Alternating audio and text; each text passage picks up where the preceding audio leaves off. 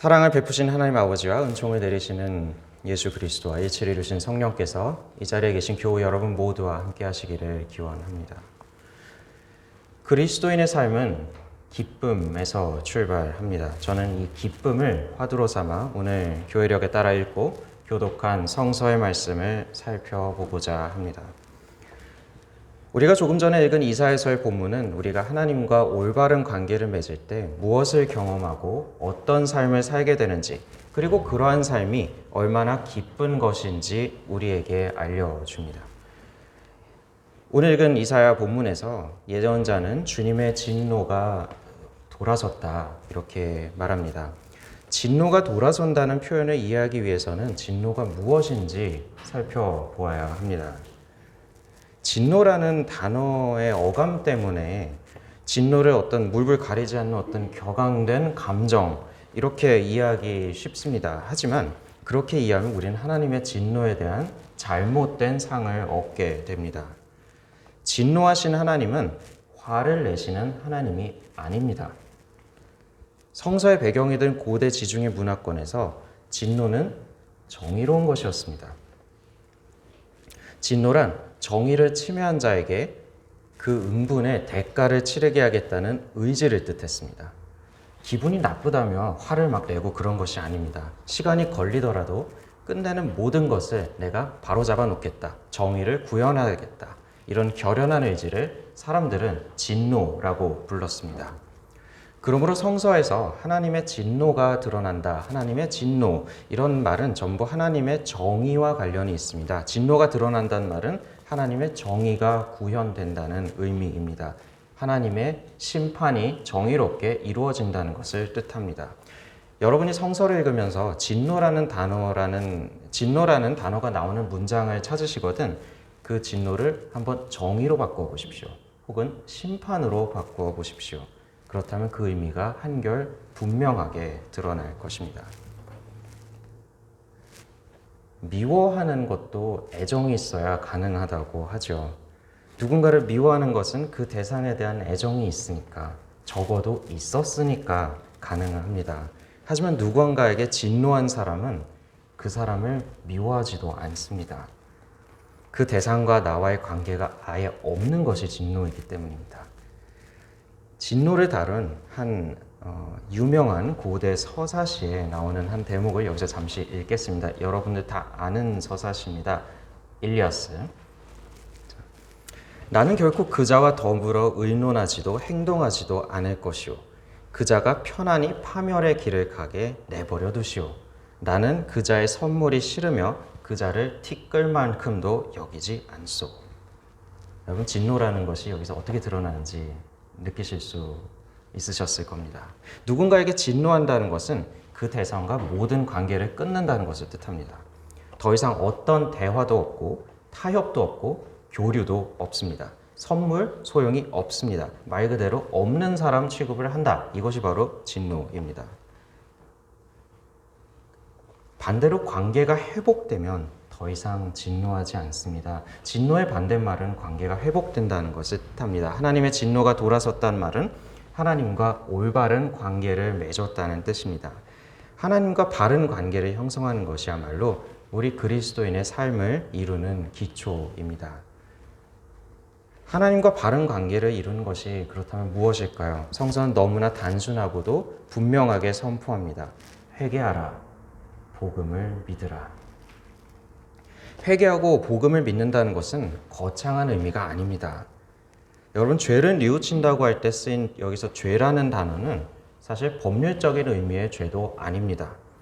범죄를 가리키는 단어는 다른 단어입니다. 오히려 성서가 이야기하는 죄는 말하자면 이런 것입니다. 우리가 활을 쏘았습니다. 근데 그 활을 쐈는데 관역에 맞지 않았습니다. 이걸 바로 죄라고 합니다. 우리 삶에 방향성이 있죠. 그 방향성이 잘못된 것을 죄라고 합니다. 하나님 한 분을 향해야 되는데 하나님이 아닌 다른 것을 향하고 있는 그것이 바로 죄입니다. 회개하라는 것은 우리가 무엇을 향하고 살고 있는지 돌아보고 그것이 잘못되었다면 이를 인정하고 우리의 방향을, 우리의 생각과 말과 행동을 하나님을 향해 설정하라는 의미입니다. 이러한 방향을 설정하는 방법 무엇입니까? 그렇습니다. 복음을 믿는 것입니다. 그렇다면 복음은 무엇일까요? 바로 예수 그리스도의 기쁜 소식이죠. 복음을 믿는다는 것은 기쁨 가운데 그리스도를 내 안에 주님으로 맞아들이고 그분을 신뢰하며 그분이 사신 길을 따라 사는 것입니다. 이 방향 설정이 만약 잘못된다면 우리는 하나님과 결코 올바른 관계를 형성할 수 없습니다. 기원 후 4세기의 성인 아우구스티누스는 고백록의 서두에 이렇게 썼습니다. 주님 안에 쉬기까지는 저의 마음 결코 쉬지 못하나이다. 하나님을 향하지 않는 인생, 하나님과 관계가 끊어진 삶, 여기에는 행복이 없습니다. 오직 불안과 탄식만이 있는 것입니다. 바로 이것이 우리 그리스도교 신앙이 말하는 지옥입니다. 죽고 나서 떨어지는 불구덩이가 아닙니다. 하나님과 떨어진 것이 이미 그 상태로 지옥인 것입니다. 그렇기에 요한복음의 저자는 아들을 믿지 않는 사람은 이미 심판을 받았다고 쓰고 있습니다. 심판을 받을 것이다가 아니라 믿지 않는다. 그리스도를 내 안에 모시고 그분을 따라 살지 않는다는 것 자체가 이미 심판을 받은 것이라고 쓰는 것입니다. 반면 하나님과 올바른 관계를 맺었다면 구원받기 위해 무언가를 할 필요도 없습니다. 구원받기 위해 무언가를 해야 한다는 말 자체에 어폐가 있습니다. 하나님 당신이 이미 구원이시기 때문입니다. 우리는 구원이란 단어의 어감 때문에 구원이라는 것이 우리가 살아있을 때 우리의 믿음을 하나님께 드리고 그것을 우리가 죽고 나서 영생이라는 형태로 돌려받는 어떤 상급이라고 이해하기 쉽습니다. 그러나 이런 이해는 사실 성서가 말하는 구원의 이해하고는 조금 다릅니다. 성서에서 구원이라는 단어는 기본적으로 우리말의 안녕이라는 뜻과 완전히 동일합니다. 안위라는 뜻이고 안전이라는 뜻입니다. 우리가 구원 그 자체이신 하나님과 올바른 관계를 맺을 때 우리는 그분 안에 거하게 됩니다. 완전한 안전이신, 완전한 안녕이신, 완전한 구원이신 하나님 안에 우리가 거하는 것이기 때문에 우리가 하나님 안에 거한다면 우리 모두는 하나님 안에서 안전합니다. 여러분이 그리스도를 통해 하나님과 올바른 관계를 맺고 계시다면 여러분 모두는, 이 자리에 계신 여러분 모두는 구원받은 존재입니다.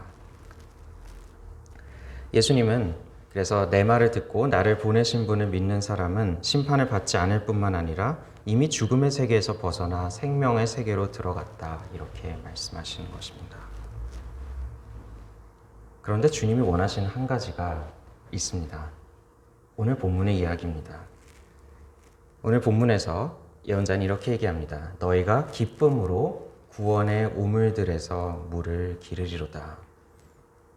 하나님이 우리에게 원하시는 것은 우리가 구원받은 존재라는 사실에 기뻐하는 것입니다.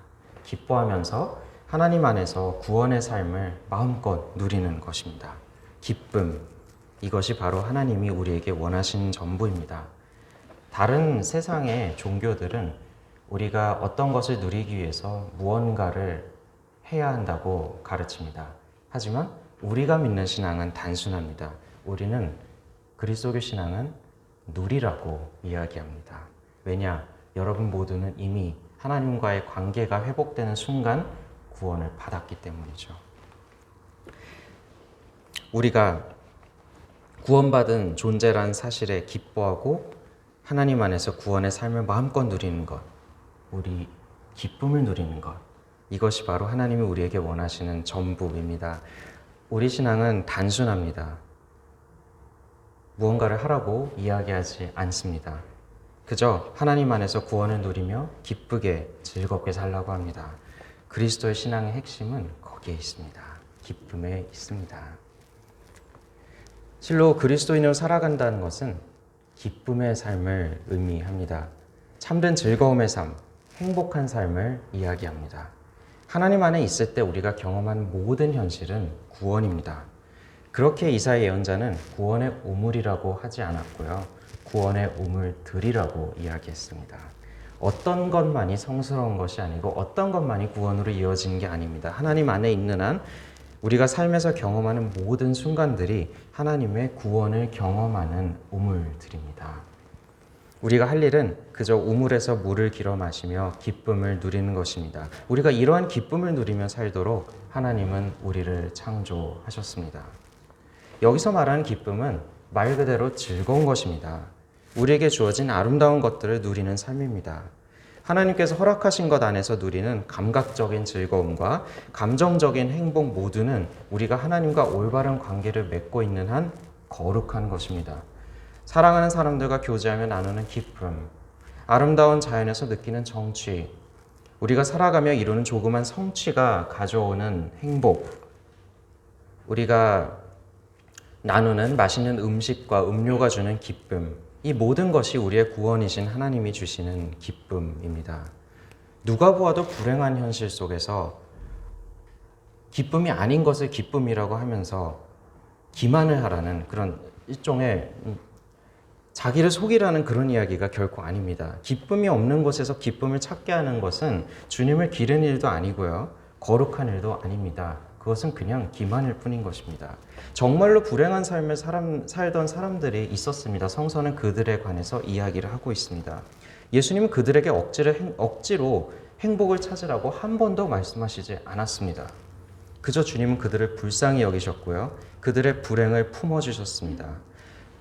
우리 그리스도교의 진리는 언제나 웃는 얼굴을 하고 있습니다. 바로 그것이 우리가 그리스도인으로서 이 세상에 일어나는 모든 슬픔, 전쟁과 가난, 기아, 차별에 맞서서 적극적으로 저항해야 하는 이유입니다. 그리스도교 신앙은 우리가 삶 속에서 경험한 즐거움과 행복에서 나오는 기쁨과 설렘을 통해 하나님의 구원을 맛보게 합니다. 그리스도교는 하나님 안에서 우리에게 주어진 행복을 가장 적극적이고 생동감 있게 살게 하는 운동입니다. 그리스도교 초창기에 그리스도교 바깥에 있던 이 이교도들은 그리스도인을 가리켜서 에피쿠로스주의자라고 불렀습니다. 쾌락주의자라고 불렀습니다. 결코 우연은 아닙니다. 왜냐하면 성서에는 기쁨이 있기 때문이죠. 즐거움이 있기 때문이죠. 먹고 마시며 춤추고 노래하는 이야기로 가득하기 때문입니다. 심지어 우리 주 예수님조차 먹기를 탐하고 포도주를 즐기며 세리와 죄인과 같이 아무하거나 어울리며 즐긴다는 비난을 받으신 분입니다. 우리의 신앙은 단순합니다. 우리의 신앙은 가볍습니다. 거룩함이란 이름으로 자연스러운 기쁨을 억압하고 온갖 무게를 잡으면서 살아가는 삶은 그리스도교 신앙과 관련이 없습니다. 마찬가지로 기쁨이 없는 곳에서 너는 이것에 무조건 기뻐해야 된다. 넌 이거 가진 게 이 가진 것에 무조건 감사해야 된다, 기뻐해야 된다, 이렇게 강요하는 것, 이런 것은 그리스도교 신앙과 거리가 멉니다. 정말로 기쁨이 필요한 것입니다. 참된 신앙은 즐거움을 있는 그대로 즐기고 누리도록 가르칩니다. 흥겹게, 아름답게 주어진 것이 하나님의 선물임을 인정하고 이에 감사하며 살아가는 것, 참된 기쁨의 삶이 바로 그리스도인의 삶입니다. 하나님은 우리에게 그런 기쁨을 누리도록 창조하셨습니다. 그러나 그리스도교는 여기서 멈추지 않습니다. 우리의 신앙은 사실 여기서 출발합니다. 이야기는 오늘 우리가 교동문을 통해 함께 살펴본 빌립보서의 이야기로 이어집니다. 제가 이것을 공동 번역으로 다시 한번 읽어보겠습니다. 빌립보서 오늘 교동문의 말씀입니다. 주님과 함께 항상 기뻐하십시오. 거듭 말합니다. 기뻐하십시오. 여러분의 너그러운 마음을 모든 사람에게 보이십시오. 주님께서 오실 날이 얼마 남지 않았습니다. 아무 걱정도 하지 마십시오. 언제나 감사하는 마음으로 기도하고 간구하며 여러분의 소원을 하나님께 아뢰십시오. 그러면 사람으로서는 감히 생각할 수도 없는 하나님의 평화가 그리스도 예수를 믿는 여러분의 마음과 생각을 지켜주실 것입니다. 형제 여러분, 끝으로 여러분에게 당부합니다. 여러분 무엇이든지 참된 것과 고상한 것과 옳은 것과 순결한 것과 사랑스러운 것과 영예로운 것과 덕스럽고 칭찬할 만한 것들을 마음속에 품으십시오. 그리고 나에게서 배운 것과 받은 것과 들은 것과 본 것을 실행하십시오. 그러면 평화의 하나님께서 여러분과 함께 계실 것입니다. 바울은 항상 기뻐하라고 이렇게 이야기하고 있습니다. 기쁨에서 시작하고 있습니다. 왜 기뻐해야 되죠? 기쁨에서 너그러움이 나오기 때문입니다. 즐거움에서 넉넉한 마음이 나옵니다. 이는 우리의 경험이 말해줍니다. 대단한 이야기가 아닙니다. 여러분, 좋은 음식과 음료로 한껏 마음이 달아 있었을 때 지금 식탁 맞은편에 앉아 있는 사람의 부탁을 거절하는 것은 쉬운 일이 아니죠. 나에게 기쁨을 주는 사람, 내가 사랑하는 사람한테 매정해지는 것 쉬운 일 아닙니다. 그리스도교는 바로 이런 마음, 지금 이 마음을 모든 방향으로 확장하라고 가르치고 있는 것입니다. 우리에게 기쁨이 있을 때 우리는 감사하는 마음으로 하나님을 바라보며 기도할 수 있습니다. 우리가 정말로 기쁨으로 넘칠 때 우리가 비는 소원은 우리가 무엇이 부족해서 이를 얻기 위해서 안달하면서 비는 그런 소원과는 차이가 있습니다. 내 마음이 기쁨으로 가득 차 있으면 우리는 내가 아닌 남을 생각하게 됩니다. 주위를 돌아보게 됩니다. 이웃의 행동을 더 너그럽게 이해하며 나에게 상처를 준 이들을 위해 기도하게 됩니다.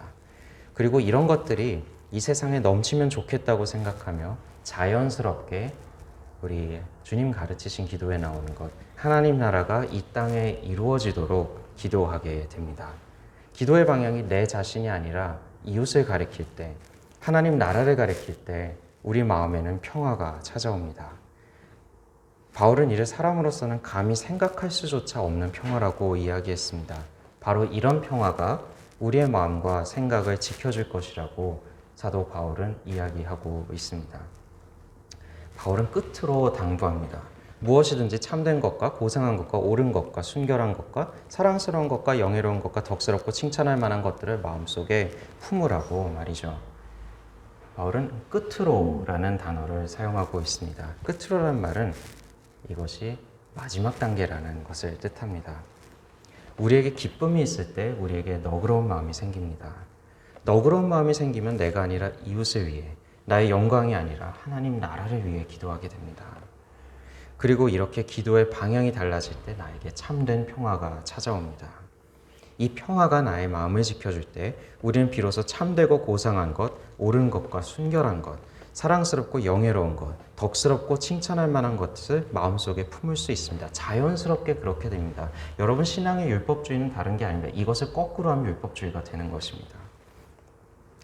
거짓된 것과 저열한 것, 그릇된 것과 수치스러운 것, 혐오스러운 것과 부끄러운 것, 부덕한 것과 지탄받을 만한 행동, 어디서 나오는 것입니까? 이 모두는 우리의 욕망에서 끊임없이 내 자신을 드러내고자 갈망하는 자기 중심성에서 나오는 것입니다. 자기 중심성은 불안에서 나옵니다. 그리고 불안이란 기쁨이 없는 상태를 뜻합니다. 그래서 다시 강조하지만 회개가 중요합니다. 나를 주님 앞에 온전히 내려올 때, 그리스도 안에서 나의 방향을 주님으로 향할 때, 주님과 온전한 관계를 맺을 때 이 모든 것이 가능해집니다. 마지막으로, 정말로 마지막으로 바울은 덧붙입니다. 그리고라는 단어를 썼죠. 자신에게서 받은 것과 들은 것과 본 것을 실행하라고 바울은 이야기했습니다. 끝으로, 그리고 정말로 마지막으로 그리고. 여러분, 여기서 놀라운 사실이 하나 있습니다. 바울은 결코 가장 먼저 자신의 가르침을 따르라고 하지 않았습니다. 우리는 올바른 그리스도인이 되려면 우리가 성서에 대해 더 잘 알아야 될 것 같고, 그리스도 교리에 대해 더 잘 알아야 될 것 같고, 지식적인 것이 많이 있어야 될 것 같고, 이런 생각을 많이 하게 되는데요. 사실 중요하지만 교리를 이해하고 실천하는 것은 그리스도의 삶을 놓고 보자면 마지막 단계에 덧붙이는 부록에 불과합니다. 어쩌면 그렇게 중요한 것도 아닙니다. 여러분들 복음서의 이야기 기억하시죠? 정말로 교리에 정통했던 바리새인들이 있었고 사두개인들이 있었습니다. 하지만 예수님 뭐라고 말씀하셨나요? 그런 사람들보다 세리와 죄인들, 창녀들이 가장 먼저 천국에 들어간다. 이렇게 말씀하셨습니다. 가장 먼저 필요한 것은 기쁨입니다. 하나님과 올바른 관계를 맺은 후 하나님 안에서 하나님이 주시는 기쁨들을 감사하는 마음으로 온전히 누리며 사는 것에서 그리스도교 신앙은 출발합니다. 나의 신앙이란 이 기쁨 속에서 사람들과 더불어 쌓아가는 나의 이야기입니다. 그렇게 이야기를 쌓아갈 때 우리는 자연스럽게 그리스도를 닮아가게 됩니다. 그리고 그리스도의 삶을 우리의 삶으로 살아가게 됩니다. 참된 기쁨이 만들어내는 놀라운 이야기, 이것이 바로 우리가 믿는 그리스도교 신앙에 담긴 진리입니다. 앞서 제가 말씀드렸는데요. 진리는 언제나 웃는 얼굴을 하고 있다. 이거 제가 얘기한 거 아니고요. 바로 이 도시 쥐리히에서 종교개혁을 이끌었던 스빙글리가 한 이야기입니다. 여러분, 진리 안에서 웃으며 이 웃음을 전하며 살아가는 우리 모두가 되기를 간절히 기도합니다. 함께 묵상기도 드리시겠습니다.